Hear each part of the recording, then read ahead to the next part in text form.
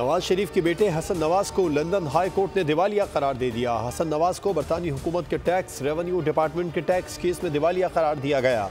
London high court के मुताबिक हसन नवाज को साल 2023 के केस नंबर 694 में दिवालिया करार दिया गया।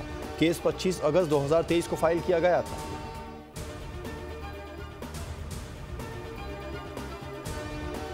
बुशरा बीबी जलसे के लिए शुरका को लाने की जिम्मेदारियां लगा रही हैं। 5 से 20 हजार शुरका की जिम्मेदारी MNA-MPS को दी गई है। वजीर दिफा खालिद आसिफ का एक्स पर बयान लिखा, जलसे की कामयाबी के लिए बानी PTI अपने बच्चे लंदन से बुलाएं। बुशरा बीबी भी अपने बच्चों, पोते पोतियों, नवासे नवासियों को लाएं। शुरका और खर्चे का बोझ खुद भी उठाएं। सारी उम्र हो गई है नौसरबाजी करते हुए, कॉज के साथ कमिटमेंट का इजहार करें।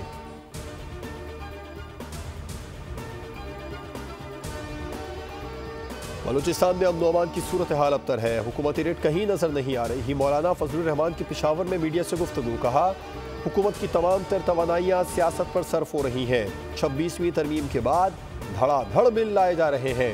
इंसानी हुकूक पामाल हो रहे हैं।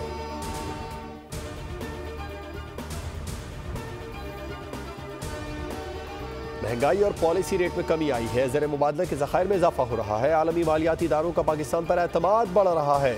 वफाकी वज़ीर ख़जाना मोहम्मद औरंगज़ेब की न्यूज़ कॉन्फ्रेंस, कहा हुकूमती इक़दामात से मईशत दुरुस्त समत पर गामज़न है। टैक्स नेट में इजाफा किया जा रहा है। मुल्क की बेहतरी के लिए सबको अपना किरदार अदा करना होगा।